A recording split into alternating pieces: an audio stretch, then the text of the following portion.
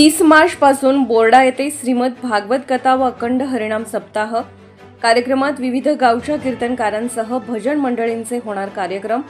गुढीपाडवा, रामनवमी व श्री हनुमान जयंतीचे औचित्य 30 मार्च पासून सोहळ्याला सुरुवात। रामटेक तालुक्यातील नागपूर जबलपूर महामार्गावरील खुमारी टोल पासून 3 ते 4 किलोमीटर अंतरावर असलेल्या बोर्डा गावामधील हनुमान मंदिरामध्ये गुढीपाडवा, श्री रामनवमी तथा श्री हनुमान जयंती निमित्त आज रविवार दिनांक 30 मार्च पासून श्रीमद भागवत कथा ज्ञानयज्ञ सोहळा कार्यक्रमाची सुरुवात झालेली आहे।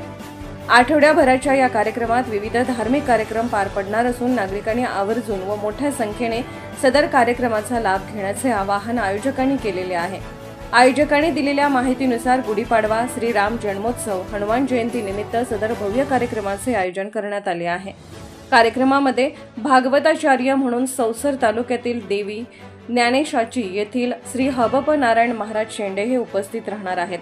तसेच कलश स्थापना छोटूदादा दादाधाम सराखा यांचे हस्ते होणार आहे। दरम्यान रोज कीर्तन, भजन तथा विविध धार्मिक कार्यक्रम पार पडणार आहेत।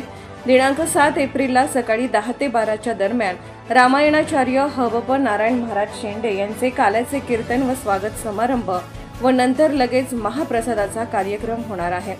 कार्यक्रमाचे आयोजन समस्त बोर्डावासी यांनी केलेले आहे। जनता टाइम्स जटा टीव्ही चॅनलसाठी राजू कापसे उपसंपादक। Subscribe now and press the bell icon. Never miss an update.